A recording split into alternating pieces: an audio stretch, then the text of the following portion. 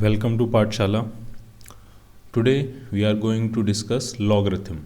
ये जो log function होता है वो क्या होता है, क्या उसकी प्रॉपर्टीज़ होती हैं, ठीक है, उसके क्या बेनिफिट्स होते हैं, कहाँ कहाँ वो यूज़ होता है, वो सारी चीज़ें हम आज देखेंगे। ठीक, तो लॉग फंक्शन से पहले हम देखने जा रहे हैं एक्सपोनेंशियल फंक्शन। ठीक है, जैसे y is equal to A to power x, तो ये जो है ये some kind of exponential function है। किसी एक कांस्टेंट की पावर x चढ़ा दिया आपने। ये जो a है ये कुछ भी हो सकता है। ये a जो है ये कोई भी कांस्टेंट हो सकता है। ये a आपका 10 हो सकता है, तो ये बन जाएगा y is equal to 10 to power x। ये a आपका e हो सकता है। e एक इरेशनल नंबर होता है जिसकी वैल्यू जो होती है अप्रॉक्सीमेट वैल्यू 2.718 के आसपास होती है। ये इरेशनल नंबर है, तो इरेशनल नंबर है तो इसके पॉइंट के बाद इसकी जो वैल्यूज़ होंगी वो टर्मिनेट नहीं करेंगी और रिपीट भी नहीं करेंगी। ठीक है, non repeating non terminating sequence होगा, ये आगे तक बढ़ता चला जाएगा। ठीक है, क्योंकि ये एक ऐसा नंबर है, ये एक इरेशनल नंबर है, तो हम इसकी अप्रॉक्सीमेट वैल्यू लिखते हैं 2.718 या 2.72। तो y is equal to E raise to power x भी हो सकता है, इसको हम एक्सपोनेंशियल फंक्शन कहते हैं। ठीक है, कोई और वैल्यू भी हो सकती है, y is equal to 2 to power x भी हो सकता है। ठीक है, तो जब इस तरह का फंक्शन होता है इसको कहते हैं एक्सपोनेंशिएशन। किसी की पावर आपने चढ़ा दी, 10 की पावर चढ़ा दी, किसी कांस्टेंट की पावर आपने चढ़ा दी है। ठीक है, तो इस एक्सपोनेंशिएशन ऑपरेशन, ये जो है एक्सपोनेंशियल फंक्शन जो है, इसका इन्वर्स जो फंक्शन होता है, इसका जो इन्वर्स ऑपरेशन होता है उसको हम कहते हैं लॉगरिथम। कैसे करते हैं वो आप देखो। जब ये दिया है y is equal to A to power x, तो जो x आएगा यहाँ से वो आपका आ जाएगा log बाई बेस a। ये जिसकी पावर चढ़ाई हुई थी वो कहाँ जाता है, बेस में, और ये y, तो इसको क्या बोलेंगे, इसको बोलेंगे the logarithm of y to base a। इसको क्या बोलेंगे, दी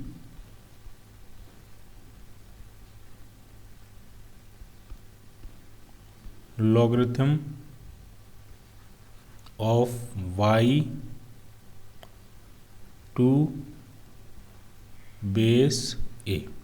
ठीक, log by base a simply, और सिंप्लीफाइड लैंग्वेज में कह सकते हैं log by at the base a या टू द बेस a। ठीक, तो अगर इसको लॉग फंक्शन में कन्वर्ट करेंगे तो जो x आएगा इधर से आपका x आपका आ जाएगा log बाई बेस 10। इसको कन्वर्ट करेंगे तो x आपका आ जाएगा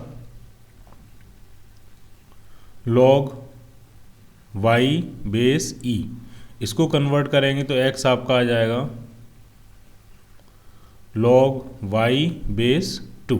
ठीक है, तो बेस कुछ भी हो सकता है। इन जनरल मैंने यहाँ पे लिखा a। बेस कोई भी क्वांटिटी हो सकती है। इस पर कुछ कंडीशंस है, वो कंडीशंस हम सारी बाद में देखेंगे कि जो बेस होना चाहिए वो आपका पॉजिटिव ही होना चाहिए और 1 नहीं हो सकता है। बेस क्या होना चाहिए, पॉजिटिव ही होना चाहिए और 1 नहीं हो सकता है। तो ए पे जो कंडीशन आएगी कि ए आपका ग्रेटर देन 0 होना चाहिए, at the same time A must not equal to 1। ठीक है, तो वो कंडीशंस, हम क्या क्या कंडीशंस होती हैं बेस पे, एक्स पे, वाई पे, वो हम सारी चीज़ें बाद में देखेंगे। अभी हम सिंपल देख रहे हैं।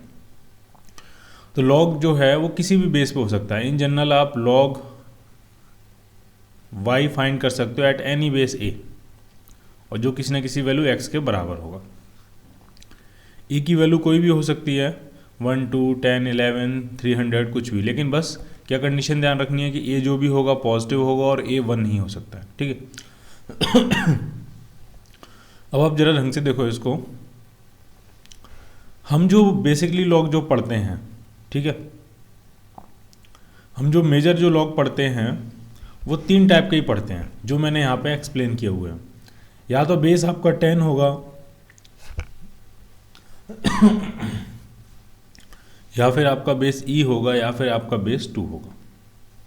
ये मेजरली हम पढ़ते हैं, वरना लॉग जो है वो किसी भी बेस पे किसी भी बेस पे हो सकता है, प्रोवाइडेड बेस पॉजिटिव हो और 1 के बराबर नहीं हो। तो इनके कुछ स्पेशल नाम होते हैं, जैसे कि log base 10 of any number, किसी भी नंबर का हो सकता है, कि वाई, एक्स, टी, एम, कुछ भी हो सकता है, किसी भी नंबर का हो सकता है। तो जब इस तरह से लॉग निकाला जाता है किसी भी नंबर का एट बेस 10, इसको हम कहते हैं कॉमन लॉगरिथम।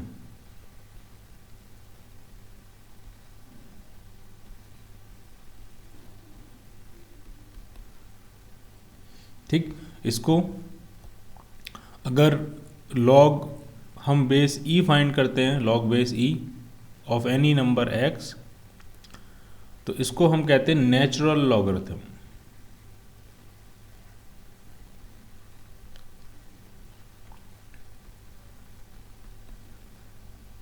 नेचुरल लॉगरिथम ई की वैल्यू 2.718 के आसपास होती है। कभी एग्जैक्टली इक्वल मत लगा देना यहाँ पे, क्योंकि ये एक इरेशनल नंबर है और उसकी जो वैल्यू एग्जैक्ट वैल्यू होगी वो टर्मिनेट नहीं करेगी, रिपीट नहीं करेगी, वो बढ़ती जाएगी पॉइंट के बाद 7, 1, 8, फिर कुछ नंबर, इस तरह से ये बढ़ती चली जाएगी। तो कभी एग्जैक्ट इक्वल टू नहीं लगाना, हमेशा क्या लगाना, अप्रॉक्सीमेटली इक्वल टू। फिर लॉग बेस 2 भी होता है ऑफ एनी नंबर एक्स, और इसको हम कहते हैं बाइनरी लॉगरिथम।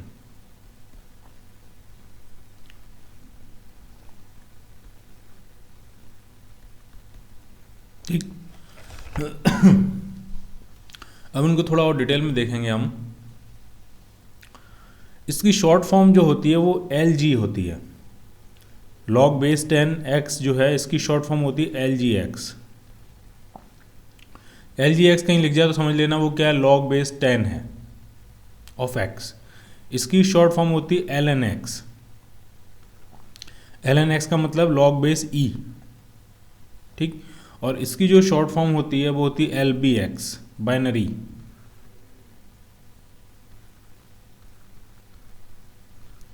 इसकी L G x simple common log है, लॉग से ही शॉर्ट फॉर्म लगा लिया है एल जी। इसकी एल एन क्यों आई है, क्योंकि ये नेचुरल लॉग है, तो एल यहाँ से लिया है, एन यहाँ से ले लिया, एल एन एक्स। इसकी एल बी कहाँ से आई है, एल यहाँ से ले लिया, और बाइनरी लॉगरिथम है तो बी यहाँ से ले लिया है, एल बी एक्स। ठीक, जो आपका कॉमन लॉगरिथम है जो बेस 10 होता है, ये इसका मोस्ट यूज, ज़्यादातर जो यूज़ होता है वो साइंस और इंजीनियरिंग में होता है, साइंस एंड इंजीनियरिंग की कैलकुलेशंस में लॉग बेस 10 आपको अक्सर मिलेगा। इसका जो यूज़ होता है लॉग बेस ई का, इसको हम फिजिक्स में सबसे ज़्यादा यूज़ करेंगे। अभी हम फिजिक्स में आगे जब बढ़ेंगे हम डेरिवेशंस करेंगे, तो बहुत सारे डेरिवेशंस में आपको लॉग बेस ई मिलेगा, बहुत सारे डेरिवेशंस में, बहुत सारे एक्सप्रेशंस में क्या मिलेगा, लॉग बेस ई। तो इसका थ्योरेटिकल ज़्यादा यूज़ है। ठीक है, और इसका वो इसलिए भी यूज़फुल है क्योंकि इसका जो डेरिवेटिव होता है वो बहुत सिंपल डेरिवेटिव होता है। डेरिवेटिव क्या होता है, जब भी हम किसी फंक्शन को डिफरेंशिएट करते हैं तो जो रिजल्ट आता है उसको हम डेरिवेटिव कहते हैं। अगर आपको डिफरेंशिएशन के बारे में नहीं आपको पता है, तो आगे आने वाले फर्दर लेक्चर्स में हम डिफरेंशिएशन सीखेंगे, क्या होता है, कैसे करते हैं, क्या फॉर्मूले लेते हैं उसके।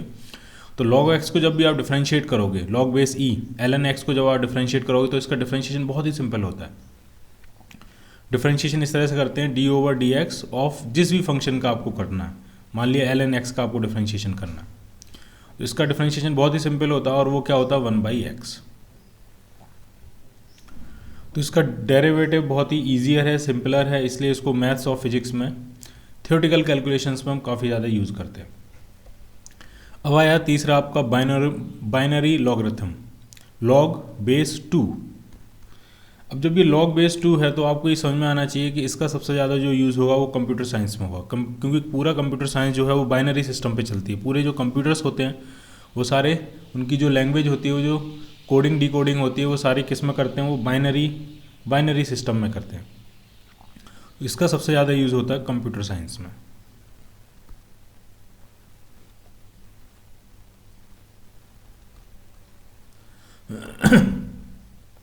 क्लियर? तो ये कुछ कॉमन, कुछ मोस्ट यूज्ड लॉग हैं, लॉग बेस 10, लॉग बेस ई, लॉग बेस 2। ठीक है, अब आप कुछ चीज़ें और समझो, थोड़ी सी हिस्ट्री देखते हैं लॉग की, किसने डेवलप किया था, क्यों डेवलप किया था। तो लॉगरिथम को सबसे पहले जो डेवलप किया था, सबसे पहले जो इंट्रोड्यूस किया था वो किया था जॉन नेपियर ने।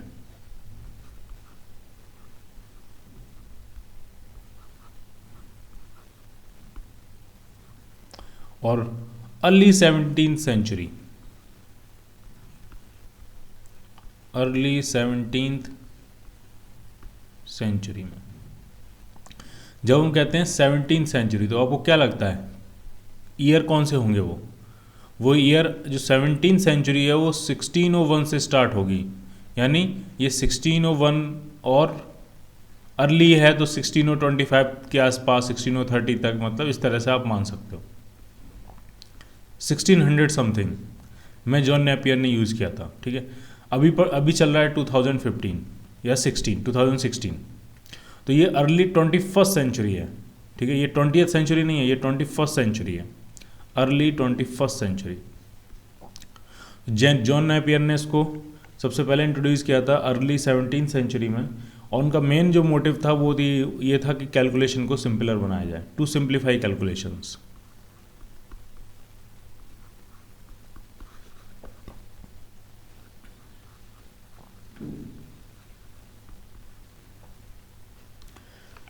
कैसे TDS multi digit multiplication steps जो होते हैं वो कैसे हम सिंपलर एडिशन में कन्वर्ट कर देंगे, ठीक है, वो हम आगे देखेंगे। जब हम इसकी प्रॉपर्टीज़ वगैरह पढ़ लेंगे उसके बाद हम देखेंगे कि हम कैसे लॉग का यूज़ करके जो काफ़ी कॉम्प्लेक्स इक्वेशन है, काफ़ी कॉम्प्लेक्स मल्टीप्लिकेशन है, कैलकुलेशन है, उसको हम कैसे काफ़ी सिंपलर स्टेप्स में ब्रेक कर सकते हैं, ठीक है।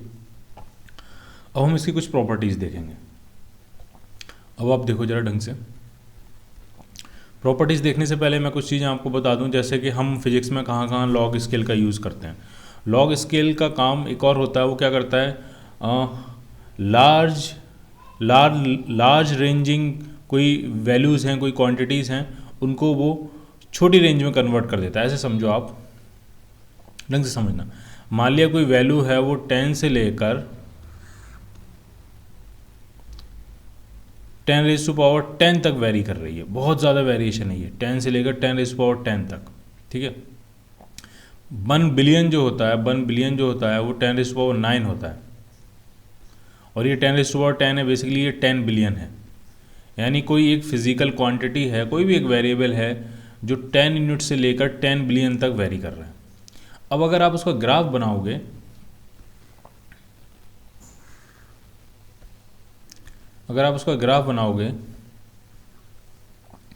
तो अगर आपने यहाँ पे कह दिया कि ये 10 है, तो अगर आपको इस लाइन पे 10 बिलियन बनाना है तो ये लाइन ऑलमोस्ट इन्फाइनाइट लंबी आपको करनी पड़ेगी, तब कहीं जाके आप इस पर 10 बिलियन बना पाओगे, ठीक। और अगर आपने यहाँ पे कह दिया ये 10 बिलियन है, तो 10 आप इसमें शो नहीं कर पाओगे क्योंकि 10 ऑलमोस्ट जीरो में घुस गया होगा, ठीक है। तो अगर आप छोटी वैल्यूज़ को रिप्रेजेंट कर रहे हो तो बड़ी वाली वैल्यूज़ यहाँ से गायब हो जा रही हैं, और अगर आप बड़ी वैल्यूज़ को रिप्रेजेंट कर रहे हो तो यहाँ से छोटी वाली वैल्यूज़ गायब हो जा रही हैं, ठीक। तो ये जो स्केल है ये बहुत वाइड स्केल है, 10 से लेकर 10 बिलियन तक। और अगर हमें अपने ग्राफ में इसको रिप्रेजेंट करना है तो इस इतने ज़्यादा वेरिएशन को हमें थोड़े कम वेरिएशन में कन्वर्ट करना पड़ेगा। वो हम कैसे करेंगे वो आप समझो। हम क्या करेंगे, ये जो वैल्यू है, ये जो भी फिजिकल क्वांटिटी है, मान लिया एक्स है, एक्स टाइम के साथ वेरी कर रहा है, इस एक्सिस पे मान लिया टाइम है और इस एक्सिस पे मान लिया एक्स है, एक्स टाइम के साथ वेरी कर रहा है, एक्स की वैल्यू 10 होती है और फिर किसी टाइम पे 10 बिलियन भी हो जाती है। तो हम एक्स का ग्राफ नहीं बनाएंगे, हम लॉग एक्स का ग्राफ बनाएंगे। लॉग एक्स बेस 10 बेस इसलिए लिया है क्योंकि ये 10 है, ये भी 10 है, 10 की पावर 10, ठीक है। तो ये है 10 की पावर 1, फिर यहीं पे कहीं आएगा 100 यानी 10 की पावर 2, फिर यहीं क्या आ जाएगा 1000 यानी 10 की पावर 3, इसी तरह से बढ़ते बढ़ते कहाँ तक गया, 10 की पावर 10 तक गया। तो लॉग एक्स कैसे वेरी करेगा, तो लॉग ढंग से देखना,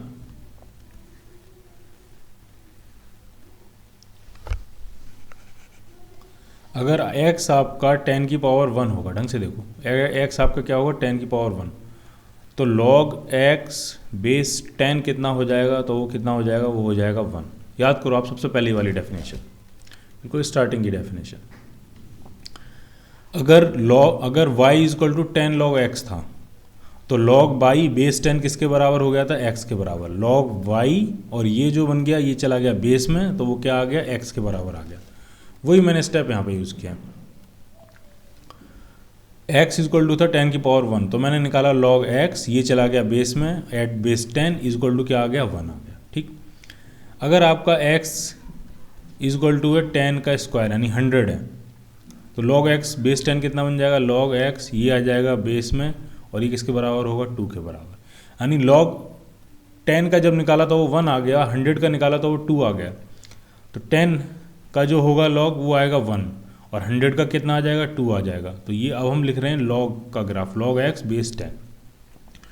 तो वैल्यू एक्चुअल में कितने टाइम्स हुई, 10 टाइम्स, लेकिन log में log का जो रिजल्ट आया वो 10 टाइम्स नहीं आया, वो सिर्फ 1 यूनिट से बढ़ गया। अब अगर हम 10,000 का निकालेंगे, अगर x आपका 1000 है, 10⁻³ है, तो log x बेस 10 कितना आ जाएगा, वो सिर्फ 3 आ जाएगा। यानी वैल्यू 10 टाइम्स बढ़ी है, लेकिन log निकाला तो सिर्फ 1 यूनिट से बढ़ गया, वो 3 हो गया वो। ठीक है, इसी तरह से अगर आप 10⁻10 का निकालोगे, अगर x इक्वल टू 10⁻10 है, इसका अगर हम log निकालें, log x और बेस 10, ये वाला जो बेस है, ये वाला जो है वो इधर बेस में आ गया, तो कितना आ जाएगा, 10। यानी 10 बिलियन का जब आपने log निकाला तो वो कितना आया, वो सिर्फ आया 10। तो 1 2 3 4 5 6 7 8 9 और 10, यानी जो स्केल आपका 10 से लेकर 10 बिलियन तक जा रहा था, अब वो जब आपने log निकाला तो वो स्केल एकदम कंप्रेस हो गया, और कंप्रेस होकर वो 1 से लेकर 10 डिजिट में पूरा सिमट गया।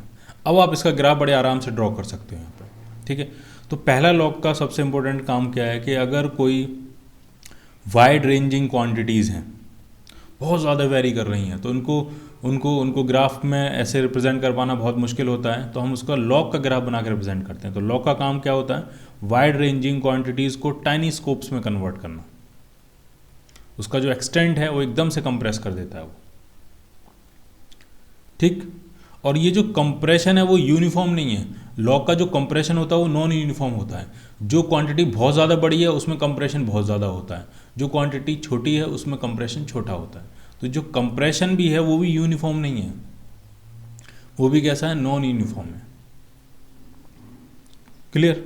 ठीक, हम कहाँ कहाँ यूज़ करते हैं फिजिक्स में, जब आप साउंड पढ़ोगे, साउंड का जब हम चैप्टर पढ़ेंगे, तो जब हम साउंड इंटेंसिटी फाइंड करेंगे,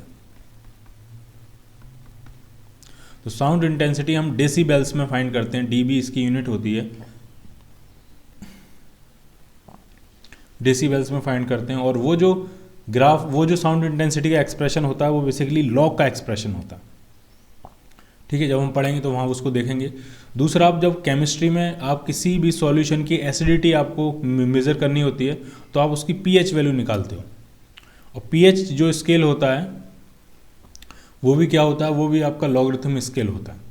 ठीक, तो केमिस्ट्री में हम एक एक एग्जाम्पल ले लिया हमने। फिजिक्स में हम साउंड इंटेंसिटी में हम लॉगरिथमिक स्केल यूज़ करते हैं, और केमिस्ट्री में हम किसी भी सॉल्यूशन की एसिडिटी निकालने के लिए, कितना ज़्यादा एसिडिक है वो, तो उसकी जो pH वैल्यू हम निकालते हैं, तो pH वैल्यू भी बेसिकली क्या है, वो लॉगरिथमिक स्केल है। क्लियर? अब इसके हम कुछ फॉर्मूले पढ़ेंगे, कुछ बेसिक स्टेप्स देखेंगे कि log को हम कैसे यूज़ करते हैं देखेंगे, और उनके डेरिवेशन भी देखेंगे। तो सबसे पहला जो फॉर्मूला आपका आ रहा है वो ये है कि log of x base a plus log of y at the same base a is equal to होता है log of x by base a। ठीक, तो जो सबसे पहली प्रॉपर्टी होती है वो होता है log x plus log y is equal to log of x into Y. ठीक है, इस प्रॉपर्टी को आपको याद करना है, इसको प्रूव भी कर लेते हैं। ठीक है, log x plus log y simply क्या होता है, log x इंटू वाई। कैसे प्रूव करेंगे, तो देखो ऐसा करते हैं, इस पहले टर्म को m मान लेते हैं, इस टर्म को मान लेते हैं m, और इस टर्म को मान लेते हैं n। तो मैंने क्या माना, let m is equal to log x base a। तो यहाँ से x कितना आ जाएगा, तो x जो आ जाएगा वो आ जाएगा a टू पावर m। ये जो कन्वर्जन, ये एकदम आप इसमें एक्सपर्ट होने चाहिए कि एक्सपोनेंशियल फंक्शन से कैसे लॉग फंक्शन बना दिया जाता है तुरंत, और कैसे लॉग फंक्शन से वापस एक्सपोनेंशियल फंक्शन ड्राइव कर लिया जाता है, ये आपको एकदम क्लियर होना चाहिए। जब हम x फाइंड करेंगे तो a इधर आएगा और a की पावर m चढ़ जाएगा, ठीक। इसी तरह से n हमने क्या माना, n आपका क्या है, log y बेस a, तो y यहाँ से कितना आ जाएगा, a टू पावर n, ठीक। अब अगर आप राइट हैंड साइड में देखोगे तो राइट हैंड साइड में प्रोडक्ट है x इंटू वाई का, तो जरा प्रोडक्ट करते हैं x इंटू वाई का, कितना आ जाएगा, x इंटू वाई का प्रोडक्ट आएगा a to power m into a to power n, तो ये आ गया a to power m plus n, ठीक। अब आप फिर से इसको देखो, एक्स वाई जो आ रहा है वो आ रहा है a to power m plus n। अब अगर मैं लॉग लूँ, इधर लॉग लूँ, तो ये आ जाएगा लॉग ऑफ एक्स वाई, और ये जो टर्म होता है ये कहाँ आ जाता है, बेस में, इक्वल टू कितना आ जाएगा, m प्लस n, ठीक। लॉग एक्स वाई आ गया equal to m plus n। Log x कितना था, m, लॉग y कितना था, n, तो इनकी वैल्यूज पुट कर देते हैं। m की जगह क्या पुट कर देंगे, लॉग x बेस है, n की जगह क्या पुट कर देंगे, लॉग y बेस है, तो क्या बन जाएगा, ये इधर है आपका log of x by base A, m आ गया आपका log x base a, n आ गया आपका लॉग y बेस a, हो गया प्रूफ, ठीक। तो log x plus log y का, log x plus log y की जो वैल्यू होती है वो होती है log of x into Y, ये आपको याद रखना, ठीक। और यहाँ ये जो लिखा हुआ है क्लियर होना चाहिए, log x plus log y है, ये ऐसे नहीं लिखा हुआ है log of x plus y, log of x plus y log of x into Y के बराबर नहीं होता है। कई बार लोग कंफ्यूज हो जाते हैं, ये फॉर्मूला लगाना शुरू कर देते हैं, ये कोई फॉर्मूला नहीं है, ये कोई भी फॉर्मूला नहीं है, ये है log x plus log y, न कि log of x plus y। log x का log अलग निकाला है, फिर प्लस y का log अलग निकाला है, तो वो किसके बराबर है, वो है log of x into Y के बराबर। एक फॉर्मूला तो आपको ये समझ में आया, उसका हमने डेरिवेशन भी कर लिया। अब जरा दूसरे फॉर्मूले की तरफ बढ़ते हैं। इसी तरह से जैसे प्लस का फॉर्मूला था वैसे ही माइनस का फॉर्मूला है, log x base a minus log y base a, तो ये आपका आ जाता है log ऑफ, जब प्लस में हमने मल्टीप्लाई किया था तो माइनस में हम डेफिनेटली क्या करेंगे, divide, log of x over y base a, base same होगा। इसको भी प्रूफ कर लेते हैं, इसको मान लिया m और इसको मान लिया n, ठीक। तो m कितना आ जाएगा, m कितना आ जाएगा, m आ जाएगा log x बेस a, तो यहाँ से x अगर निकालेंगे तो x आ जाएगा, a इधर आएगा a टू पावर m। इस ऑपरेशन में आपको कोई हिचक नहीं होनी चाहिए, तुरंत होना चाहिए आपसे। n क्या माना है हमने, log बाई बेस a, तो y कितना आ जाएगा, y आ जाएगा a to power n। x आ गया, y आ गया, हमें चाहिए x अपॉन y, तो जरा निकालते हैं x अपॉन y कितना आएगा। x है a की पावर m, y है a टू पावर n, तो ये आ गया a की पावर m माइनस n, ठीक। log ले लेते हैं दोनों तरफ, या log लेते हैं सिंपली, तो log of x upon y, और ये जो a है इधर बेस में आ जाएगा, इधर बेस a बन जाएगा, तो ये क्या बन जाएगा, ये बन जाएगा m माइनस n, और m क्या था, m था log x base a, n कितना था, n था log y बेस a, तो क्या फॉर्मूला बन गया आपका, log of x over y base a is equal to log x base a minus log y base a,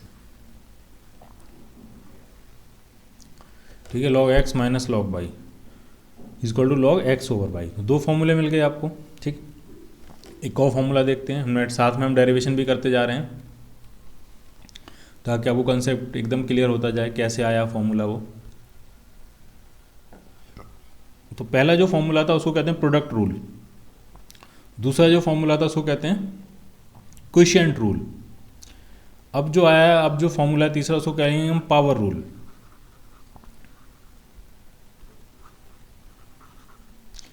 ये क्या फॉर्मूला होता है ये समझो, ये प्रोडक्ट रूल का ही एक अलग वर्जन है।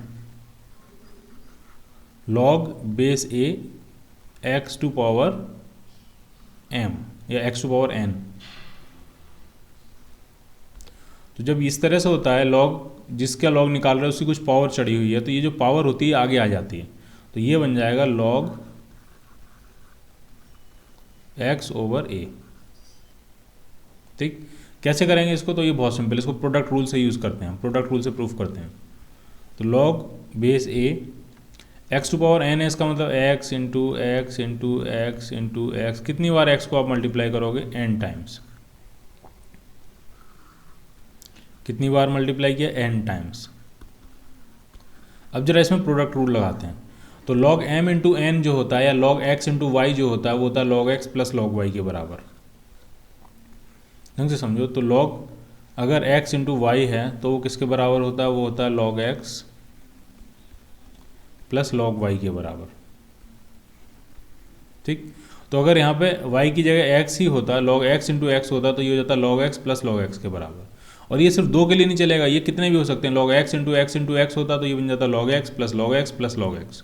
तो अगर n times log x into X into X into X into x है तो ये बन जाएगा log x base a plus log x base a plus log x base a। आपको ऐड करते जाना, कितने टाइम्स आप ऐड करोगे, n times log x base a।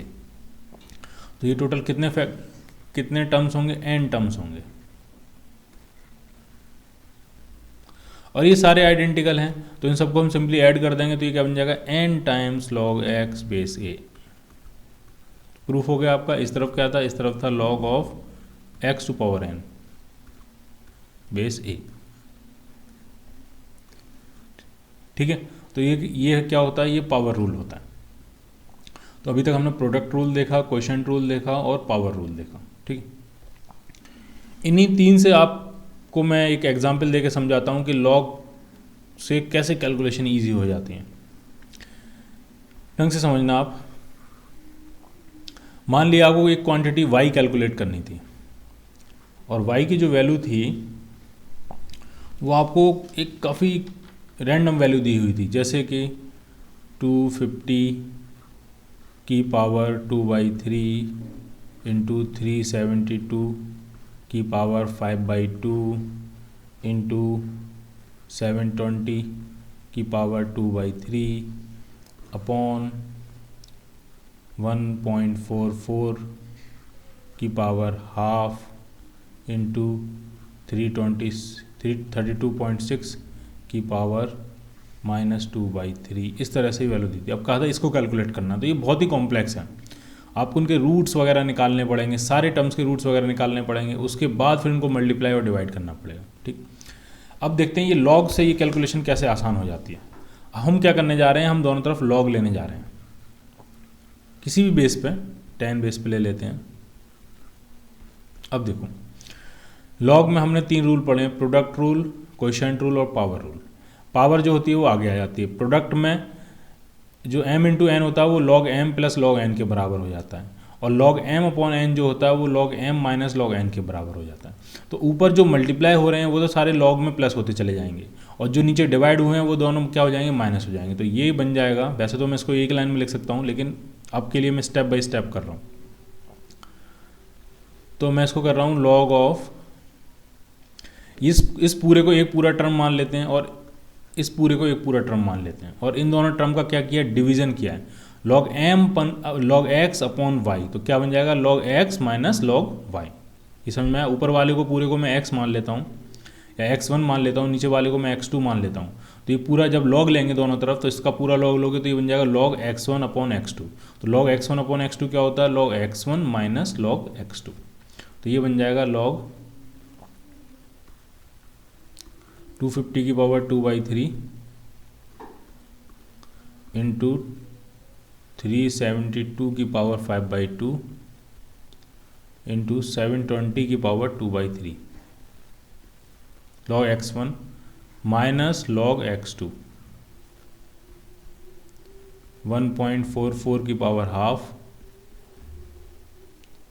Into 32.6 की पावर -2/3, कुछ भी रैंडम वैल्यूज मैंने ले रखी हैं, ठीक है। तो अभी मैंने एक एक्सप्रेशन लगाया। अब जरा इनको आप ऐसा मान लो कि ये 3 टर्म्स हैं, x1 x2 x3, तो log x1 into x2 into x3 जो होगा वो हो जाएगा log x1 plus log x2 plus log x3। तो ये क्या बन गया, ये बन गया log 250 की पावर 2/3 प्लस log 372 की पावर 5/2 प्लस log 720 की पावर 2/3 माइनस, इसी तरह से इसमें भी लगाते हैं log x1 इंटू x2, तो क्या हो जाएगा log x1 plus log x2। Bracket में लिखता हूँ इसको log x1 यानी log 1.44 की पावर 1/2 प्लस 32.6 की पावर -2/3, ठीक। इसको भी ब्रैकेट में कर लेते हैं। अब सारे टर्म्स अलग अलग हो गए। अब जो हम लगाने वाले हैं जो फॉर्मूला वो है log x to power n। तो जो पावर होती है वो क्या बताया, वो आगे आ जाती है। और अब लिखा नहीं है, सारे log जो हैं वो बेस 10 चल रहे हैं, क्योंकि हमने 10 बेस पे log लिए थे। तो ये पावर सब में आगे आ जाएंगी, ये पावर इसमें आगे आ जाएगी, ये इसमें आगे आ जाएगी, ये इसमें आगे आ जाएगी। तो जो टर्म अब बनने जा रहा है वो बनने जा रहा है 2/3 log 250 plus 5/2 log 372 plus 2/3 log 720। और दो टर्म ये भी हैं, -1/2 log 1.44 माइनस, ये माइनस पावर बाहर आएगी -2/3 और एक माइनस ये लगा हुआ तो ये प्लस हो जाएगा प्लस 2/3 और log 32.6, ठीक है। तो अब ये सारे टर्म अलग अलग हो गए और इधर क्या चल रहा है, इधर चल रहा है आपका log y, ठीक है। अब आपको कुछ नहीं करना है, log टेबल उठानी है, ठीक है। हम कैसे करते हैं log टेबल कैसे देखते हैं वो बात की बात है, ठीक है। अभी बस कुछ नहीं करना है, log टेबल पीछे उठानी है, इन सारे वैल्यूज़ के log देखने हैं पीछे से और इसमें सारे log यहाँ पर लिख देने हैं। और उन log में सिर्फ किन से मल्टीप्लाई करना है, सिर्फ सिंपल मल्टीप्लिकेशन है। 2/3 से मल्टीप्लाई कर देना है, 5/2 से मल्टीप्लाई कर देना है, 2/3 से, 1/2 से, 2/3 से, ठीक। बहुत ही सिंपल मल्टीप्लिकेशन है। तो देखो जो पावर्स थी, ये 2/3 क्या थी, पावर थी। क्यूब रूट निकालो फिर उसका स्क्वायर करो, बहुत कॉम्प्लेक्स है। अब वो सिंपली किस में कन्वर्ट हो गया, 2/3 के मल्टीप्लिकेशन में कन्वर्ट हो गया। तो इस तरह से पीछे से log टेबल देख के सारी वैल्यूज़ यहाँ पे लिख देंगे और जो वैल्यू आएगी वो किसके बराबर थी, वो थी log y के बराबर थी, बेस 10। तो y हमें चाहिए था, तो y कैसे निकालेंगे, तो यहाँ से जो भी वैल्यू आ गई, मान लिया यहाँ पे वैल्यू आ गई है x, तो y जो निकालेंगे y सिंपली क्या आ जाएगा, हम क्या करेंगे, हम एंटी लॉग ले लेंगे, ठीक है। तो anti log of x base 10, anti log ले लेंगे x का, तो आपको y की वैल्यू मिल जाएगी, ठीक है। अगर आप मैथमेटिकली यहाँ से देखने चाहते हो तो y जो आ जाएगा वो 10 की पावर x के बराबर हो जाएगा। अगर यहाँ से सारी कैलकुलेशन करने के बाद 2 आ गया तो जो y आ जाएगा वो 10 की पावर 2 यानी कितना आ जाएगा, डायरेक्ट 100 आ जाएगा, ठीक है। और कोई वैसी वैल्यू आती है 2.36 तो फिर हम एंटी लॉग टेबल का यूज़ कर लेंगे, ठीक है। तो अब आपको समझ में आएगी कैलकुलेशन किस तरह से इसमें सिंपल हो गई। ये जो था, ये जो पावर्स वगैरह थी, पावर्स 5/2, 2/3, -2/3, वो सिंपली किस में कन्वर्ट हो गए हैं, वो सिंपली मल्टीप्लिकेशन में आके कन्वर्ट हो गए हैं। और जो मल्टीप्लिकेशन था, ये इनके बीच में जो मल्टीप्लिकेशन था वो सिंपली सम में आके कन्वर्ट हो गया, ठीक है। जो इन दोनों टर्म्स के बीच में डिवीजन था वो किस में कन्वर्ट हो गया, वो माइनस में कन्वर्ट हो गया। यानी मल्टीप्लिकेशन को सम में कन्वर्ट कर देता है, जो पावर्स होती है उनको मल्टीप्लिकेशन में कन्वर्ट कर देता है। तो इससे हमारी जो कैलकुलेशन होती है वो बहुत सिंपल हो जाती है, ठीक है। और ये तब डेवलप की गई थी लॉगरिथम की टेक्निक जब कैलकुलेटर जैसी कोई चीज़ नहीं थी, अर्ली 17th सेंचुरी, 1605, 1610, 1620 के आसपास, ठीक है। आजकल हमारे पास कैलकुलेटर होते हैं तो साइंटिफिक कैलकुलेशन के लिए हम कैलकुलेटर यूज़ कर लेते हैं, लेकिन बहुत सारे मैथमेटिकल फंक्शंस ऐसे होते हैं जिनके ऑपरेशन में हमको लॉग मिलता है। बहुत सारे फिज़िकल डेफिनेशंस ऐसी हैं, बहुत सारी फिज़िकल थिंग्स ऐसी हैं जिनके कैलकुलेशन में या जिनकी एनालिसिस में हमें लॉग बीच में मिलता है, ठीक है। तो लॉग अब जो इम्पोर्टेंट है वो ग्राफ्स के लिए इम्पोर्टेंट है, कैलकुलेशन को सिंप्लीफाई करने के लिए इम्पोर्टेंट है, और वाइड रेंजिंग जो क्वांटिटीज़ होती हैं उनको स्मॉल रेंज में कन्वर्ट करने के लिए यूज़फुल है। ठीक, तो 3 हमने फॉर्मूले पढ़े हैं लॉग के। प्रोडक्ट रूल पढ़ा है हमने, क्वोशिएंट रूल पढ़ा है और हमने पावर रूल पढ़ा है। अब एक और फॉर्मूला पढ़ते हैं, चेंज ऑफ बेस रूल।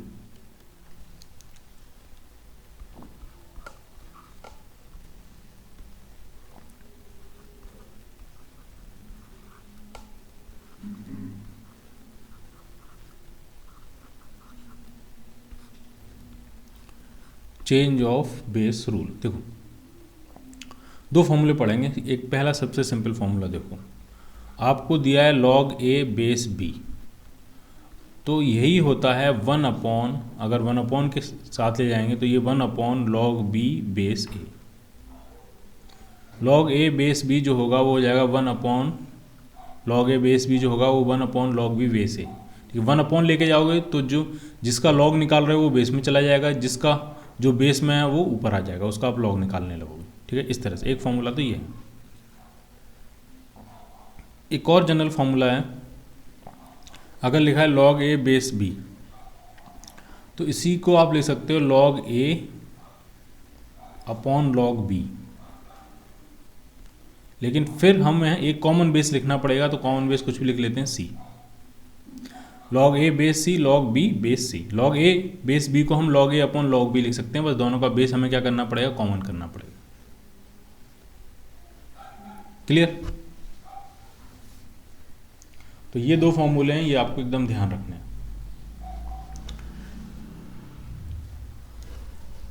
उसके बाद अब हम देखने जा रहे हैं लॉग्स के ग्राफ, और लॉग पे क्या क्या कंडीशन होती हैं, लॉग के फंक्शन पे क्या क्या कंडीशन होती हैं, तो ढंग से समझना है अब आपको। कहीं आपको लिख दिया log x बेस a, ठीक है, y is equal to log x base a, ये फंक्शन आपको दिया हुआ है। तो इसमें क्या क्या कंडीशंस होंगी वो आपको ढंग से समझना है। ए पे क्या कंडीशन होगी, जो बेस बना है, जो भी टर्म बेस में आया उस पर क्या कंडीशन होगी, तो बेस पहली बात ग्रेटर देन 0 होना चाहिए। दूसरी बात बेस 1 नहीं हो सकता, a is not equal to 1। X पे क्या कंडीशन आती है, जिसका आप लॉग निकाल रहे हो उस पर क्या कंडीशन आएंगी, उस पर कंडीशन ये आती है कि वो ग्रेटर देन 0 होना चाहिए बस। यानी अगर आप ग्राफ ड्रॉ करोगे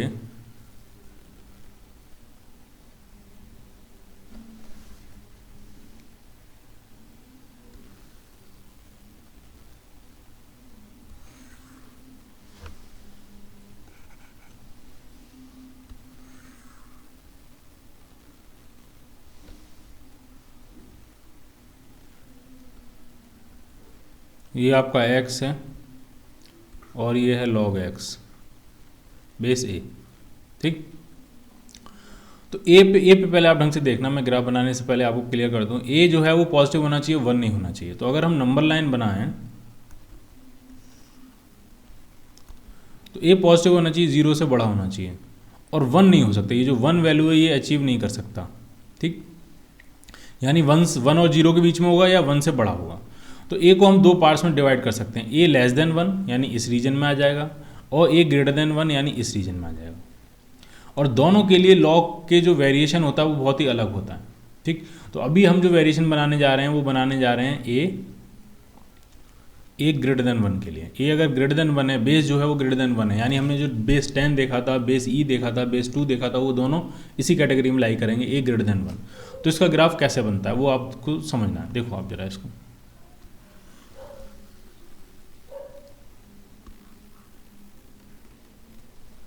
तो इसका ग्राफ इस तरह से बनता है। देखो ढंग से, पहली बात ये समझो कि x पॉजिटिव ही होना चाहिए, ये कंडीशन है, यानी x निगेटिव में इस साइड में कोई भी लॉग का ग्राफ नहीं आएगा, यानी ये रीजन भी खाली रहेगा और ये रीजन भी खाली रहेगा। इन दोनों रीजन में x निगेटिव है, इसलिए लॉग का ग्राफ वहाँ पे नहीं पहुँचेगा।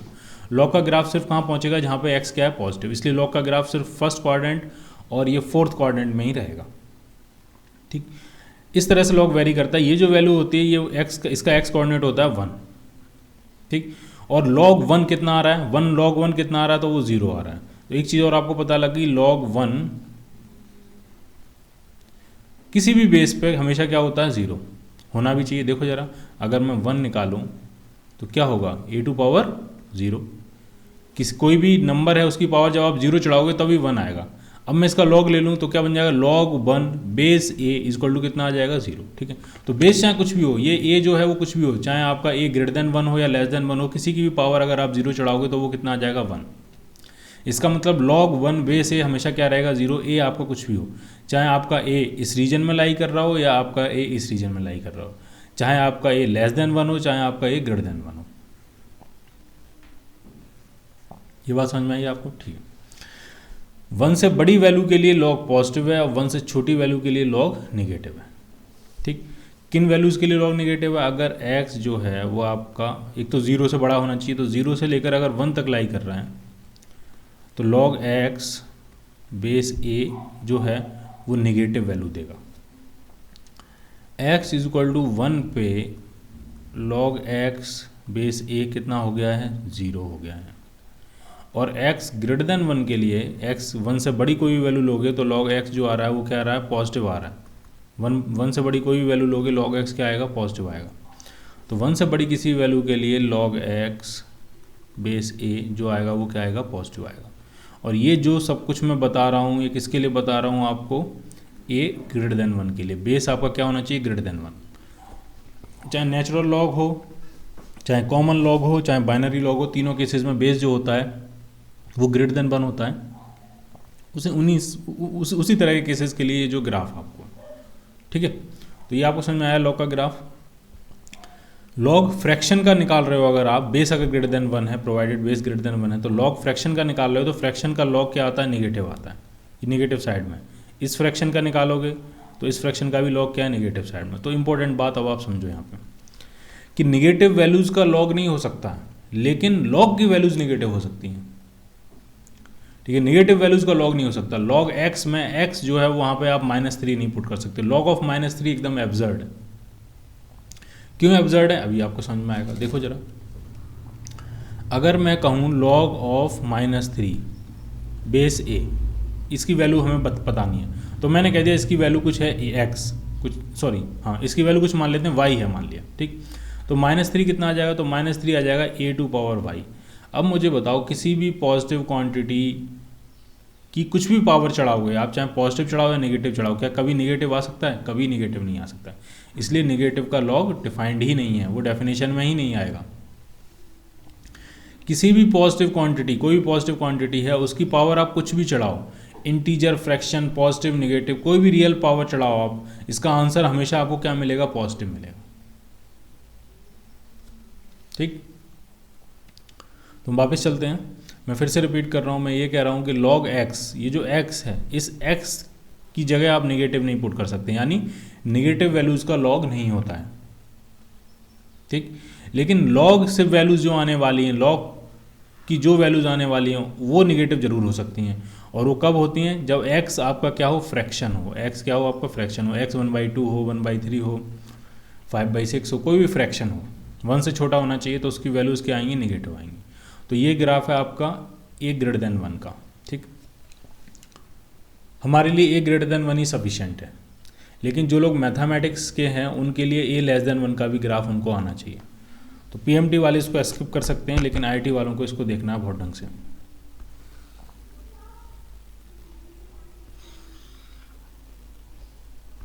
अब हम ग्राफ बनाने जा रहे हैं उस लॉग का जिसका बेस 0 से 1 के बीच में है।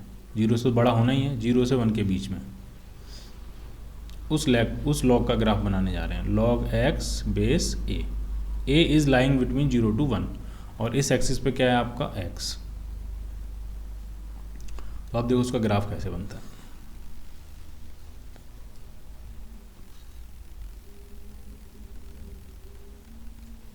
उसका ग्राफ ऐसे बनता है। ये वैल्यू फिर से क्या होगी, 1। log 1 तो हमेशा 0 होता है चाहे बेस कुछ भी हो, लेकिन अब इसमें अंतर ये आ गया है कि 1 से बड़ी वैल्यूज़ का लॉग निगेटिव है और 1 से छोटी वैल्यूज़ का लॉग क्या है, पॉजिटिव है। जबकि प्रीवियस केस में 1 से छोटी वैल्यूज़ का लॉग कैसा था, निगेटिव था, और 1 से बड़ी वैल्यूज़ का लॉग कैसा था, पॉजिटिव था। वो ग्राफ इस तरह से था, नीचे की तरफ था और इधर ऊपर की तरफ था ग्राफ। इसमें उल्टा हो गया, इसमें उल्टा। आप ऐसा समझ लो, प्रीवियस ग्राफ को हमने एक्स एक्सिस के अबाउट 180 डिग्री से रोटेट कर दिया इस तरह से। तो जो पोर्शन ऊपर था वो नीचे आ गया, जो नीचे था वो ऊपर पहुँच गया। ठीक है, तो ये क्या है, एक्स एक्सिस के अबाउट मिरर इमेज है। प्रीवियस ग्राफ की एक्स एक्सिस के अबाउट क्या है, मिरर इमेज है। तो ये ग्राफ कब बनता है, जब बेस आपका 0 और 1 के बीच में होता है। बेस अगर 1 से बड़ा है तो आपका ये वाला ग्राफ होगा। क्लियर। तो आपको समझ में आया कि ए पे क्या कंडीशंस हैं, इस एक्स पे क्या कंडीशंस हैं, लॉग की वैल्यूज़ क्या क्या आ सकती हैं, वो सारी चीज़ें आपको क्लियर होनी चाहिए। अब आप देखो ज़रा, अगर मैं आपसे पूछूं log 0 कितना होगा, log x बेस a, और मैं आपसे पूछ रहा हूँ जो x है अगर वो 0 अप्रोच कर रहा हो तो ये वैल्यू कहाँ अप्रोच करेगी। तो देखो जैसे जैसे x 0 की तरफ बढ़ रहा है ये वैल्यू बहुत तेज़ी से नीचे की तरफ जा रही है, और ये जो ग्राफ है ये 0 तक पहुँचते पहुँचते ये -इन्फिनिटी पहुँच जाएगा। यानी इस वर्टिकल वाई एक्सिस को ये कहाँ जाके मीट करेगा, -इन्फिनिटी पे जाके ये मीट करेगा। यानी x जब 0 की तरफ अप्रोच करेगा तो जो log x है ये फंक्शन का जो ग्राफ है वो -इन्फिनिटी अप्रोच करेगा। ये बात एकदम क्लियर होनी चाहिए। दूसरी बात, अब आप ऊपर की तरफ देखो, ये ऊपर की तरफ बढ़ रहा है ग्राफ, तो x अगर इधर +इन्फिनिटी अप्रोच कर रहा है तो ये फंक्शन कहाँ अप्रोच करेगा, फंक्शन भी +इन्फिनिटी अप्रोच करेगा। ये बढ़ता जाएगा ऊपर की तरफ, इस तरह से चलता चला जाएगा। तो x 0 अप्रोच कर रहा है तो फंक्शन -इन्फिनिटी अप्रोच कर रहा है, x अगर +इन्फिनिटी अप्रोच कर रहा है तो फंक्शन भी आपका +इन्फिनिटी अप्रोच कर रहा है। ये दोनों बात किस केस में ट्रू हैं, जब बेस आपका >1 है। ठीक, ये भूल नहीं जाना। बेस <1 के लिए ग्राफ ये ग्राफ ये कहता है कि अगर x 0 अप्रोच कर रहा है तो फंक्शन ये +इन्फिनिटी अप्रोच कर रहा है, ऊपर की तरफ भाग रहा है। ये ग्राफ ये कहता है कि x अगर 0 अप्रोच कर रहा है तो log x बेस a ये कहाँ अप्रोच कर रहा है, +इन्फिनिटी।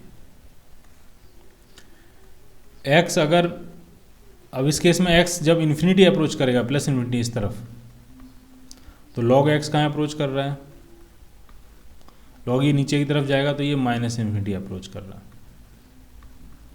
ठीक, तो अब आपको पूरी तरह से log की सारी प्रॉपर्टीज़, फंक्शंस, यूजेस, हिस्ट्री और उनके ग्राफ्स के वेरिएशन, वो सारी चीज़ें आपको समझ में आनी चाहिए।